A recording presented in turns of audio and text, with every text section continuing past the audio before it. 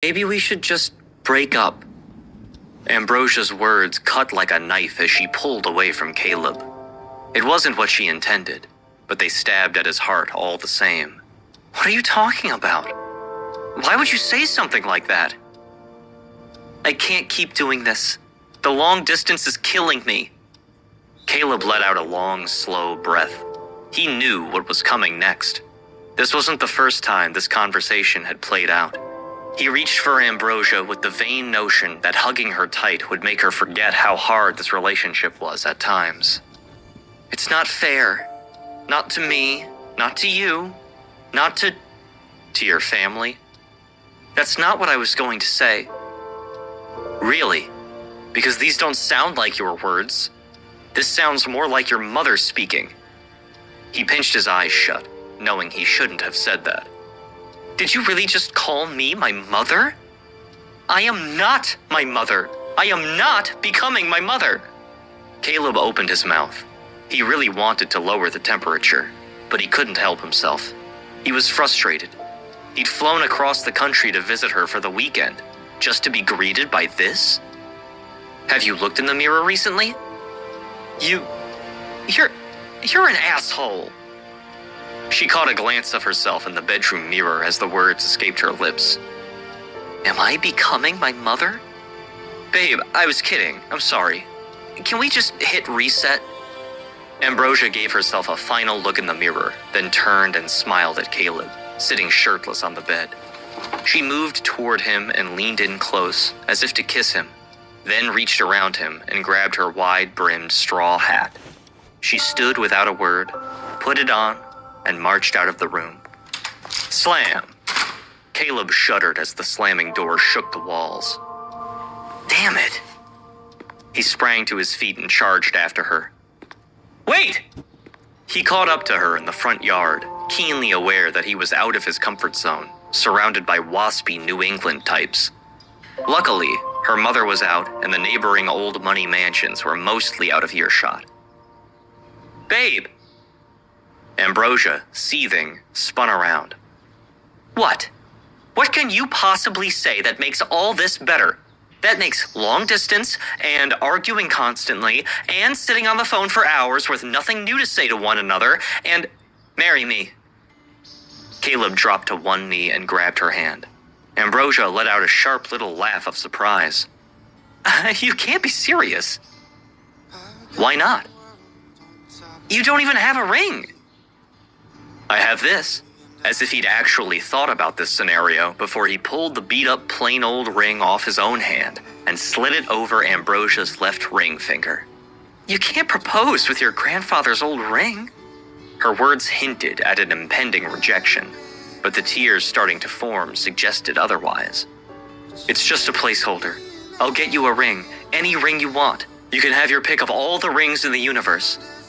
Truthfully, Caleb knew he didn't have the money for a proper ring, and certainly not one that would satisfy Ambrosia's taste, which was always outrageously expensive. Maybe he could take out another loan. After all, he was already over $200,000 in the hole with the loans he took out to pay for business school. What was another $10,000 on top of that? Or $20,000? How much do rings cost? Who cares? You can't put a price on true love. Ambrosia recognized that Caleb was entirely serious, and a smile spread across her delicate face. You really mean it? You want to get married? To me? She flung her arms around him and nearly knocked him over. Caleb beamed and held her tight in his strong arms. I love you, baby, more than anything else in the world. We've been together for 5 years, and you're right, the distance has been hard, but it's almost over, and I'm ready to commit to starting a life with you. So what do you say? Will you do me the honor of being my bride? Ambrosia stifled a delighted giggle. Of course I'll marry you. As they embraced, the emotion overwhelmed Caleb, but his bride-to-be said something that brought him right back down to earth in an instant. Now you just need to ask my mom. Come again? You know how traditional she is. And since my dad isn't around, she'd probably like you to ask her for my hand in marriage before I can officially say yes. Caleb's smile faded. He knew that Ambrosia's family didn't approve of him. They had nothing in common. Her mother was from a traditional old money family while he grew up an orphan, with nothing. No private school education, no refinement, no political savvy garnered from summers at the yacht club. Everything that he achieved in his life, he accomplished through hard work and sheer force of will. He clawed his way out of the poorhouse, working multiple jobs, getting scholarships to cover undergrad, and now he was on the verge of finishing top of his class in one of the best business schools in the country. Caleb tried his hardest to get along with Ambrosia's mother and younger brother for Ambrosia's sake. She was always close with her family, and he knew it was difficult for her since her father passed away. If asking Ambrosia's mother for her hand in marriage was the only way he could marry her, he would do it. "Of course I'll talk to your mother. That's a great idea, actually. I wish I'd thought of it myself." She squealed with glee. Oh my god, oh my god, oh my god, we're going to get married! We're really going to get married! What the hell is this? A raspy voice drew Caleb's attention away from Ambrosia. He turned towards the scratchy, cigarette-blighted source. Leslie Baldwin, Ambrosia's very pissed-off mother.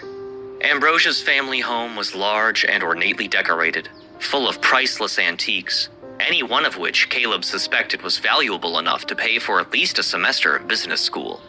He tried not to dwell on the disparity between where he came from and the world Ambrosia grew up in. After all, this was now a beautiful day of celebration and joining a family, or at least it would be if he could just get through this conversation with Ambrosia's mother. Caleb was seated opposite Leslie. Leslie Baldwin was a tall, stately woman. She was always immaculately dressed, and her mouth was always crimped downward into a frown. When she looked at Caleb, her frown seemed to deepen. "Caleb, I had no idea that you were in town this weekend. You're away so often, I sometimes forget you and Ambrosia are seeing each other at all." Caleb wasn't well versed in rich people's snideness, but he knew that was a dig. He was also keenly aware that Leslie preferred Ambrosia pair up with one of the clean-cut boys down at the club, like Chaz or Dylan, the son of a wealthy, prominent family who never had to work a day in his life and could take care of Ambrosia just by mooching off a trust fund until his full inheritance kicks in. Caleb knew better than to give even the slightest of hints that he felt this way in front of Leslie. Instead, he smiled.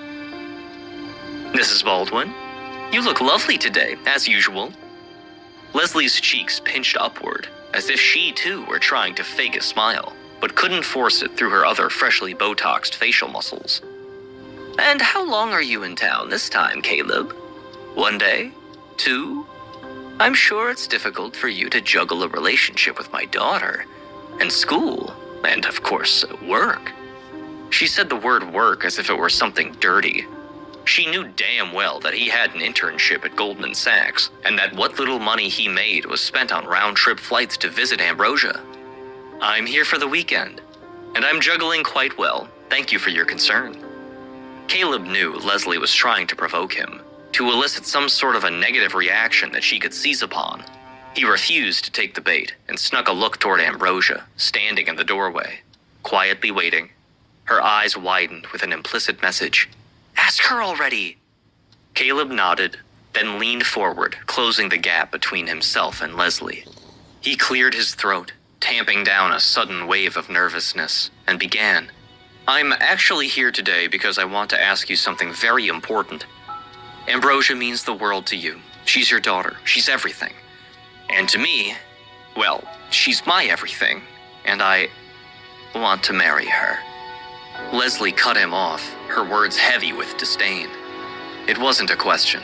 She studied him for a moment, silently, letting the moment drag into an uncomfortable, loaded interlude. Finally, still studying Caleb, Leslie called out to her daughter. "Is this what you want, Ambrosia? To marry Caleb?" Ambrosia just nodded, suddenly shy. "I see. Tell me, Caleb, how do you plan to provide for my daughter? To make sure that she is safe and comfortable, and has a solid foundation on which to build a life?" He was not prepared for that question. Caleb naively thought maybe she'd be prickly, but it would be a fairly simple yes. I'm nearly finished with my MBA, and I basically have a job waiting for me at Goldman. An entry-level job? Well, yes. On the West Coast. To start with, but I would look to transfer to New York or Stanford. And tell me again, what is it your parents do for a living? Caleb tensed. He knew Leslie was well aware that he had no parents. Oh, I'm sorry. I almost forgot about your upbringing. Go to hell, you privileged old hag, was what Caleb wanted to say. But he swallowed his pride for Ambrosia. Sure, there were challenges, but I picked myself up, by the bootstraps, as they say. From nothing to a soon-to-be MBA holder with a burgeoning career in finance. Leslie's mouth puckered as if she just bit into a lemon. If you want to marry my daughter, and she wants to marry you, who am I to stand in your way? Her answer surprised Caleb. He didn't know what to say at first. Mommy, that's just wonderful. I'm so happy. Ambrosia rushed from the doorway, arms spread wide, ready to embrace her fiancé. But her smile faded, and she stopped short when Leslie raised a hand, indicating that she was not done speaking. On one condition. Leslie stood and looked down on Caleb. I understand that you have incurred some debts. Sizable debts, needless to say. Caleb felt his heart plummet. Why the hell does she know that? But he held his ground. If you're referring to the student loans I took out for business school, I'm on a regular payment plan. I'm paying them back as quickly as possible. Correct me if I am mistaken, but you are currently over $200,000 in debt, yes? Yes, but as I said, That's a lot of money, dear. Why, that's more than most people can even earn. I have a plan in place. I've run the numbers. With a job in finance, that is a lucrative field, isn't it? For those who make it. But you're a hard worker and smart. I bet you'll do well. What's the burnout rate like? I hear the hours can be brutal. No one works harder than me. Because I know what having nothing is like, and I will never go back to that. I'll work 12 hours a day, 7 days a week, 365 days a year, if that's what it takes. Oh my. That's not going to leave much time for Ambrosia, is it? I didn't mean it like that. I just meant that I will make sure that I can provide for her at work and at home. I'm sure you will. Leslie didn't seem sure of that at all. But in the meantime, you can see where this might put me in a difficult position. I've been entrusted to take care of my daughter, to see to it that she is fully provided for in this world. And yet, if she marries you today, she will not only not be provided for, she will also be saddled with hundreds of thousands of dollars of debt. Your debt. Caleb snuck a look toward Ambrosia, expecting her to jump in and help. But she stuffed her hands into her pockets and avoided eye contact. Wow. Caleb couldn't believe how badly this was going, or that Ambrosia would just abandon him. Leslie clocked her daughter's reluctance to voice support for Caleb. He was on an island, so she moved in for the kill. I'm sure you have every intention of taking care of my daughter. But intentions and reality very often do not align. Her voice grew sickly sweet. As a mother, nothing is more important to me than seeing that my children are safe, healthy, and happy. Which is why I have to put my foot down and tell you that while I would love for you to be the one that's waiting at the end of the aisle for Ambrosia, I simply cannot give you my blessing until you pay off your debts. All of them. And show that you are in fact on a stable and lucrative path forward. Caleb stared back at Leslie, aghast. His mind a jumble, there were no coherent words that he could formulate. I can see you have a lot to think about, so I'll take my leave. Be sure to stroll the garden before you head to the airport. They are lovely this time of year. And with that, she breezed past her silent daughter and exited the room. Caleb stared at the now empty old French sofa across from him. Its gaudy extravagance, a placeholder for Leslie's pretentious bullying, made his blood boil. Are you seriously just going to stand there and let your mom walk all over me? All over us? You couldn't stand up for us? Ambrosia shifted her weight, looking deeply uneasy. When she finally found her voice, it was mousy, barely a squeak. I think my mom knows best. So if she thinks you need to repay your debts before we get married, we'll just wait a little. She looked sheepishly toward Caleb. Ambrosia, do you know how long it takes to pay off a sizable debt?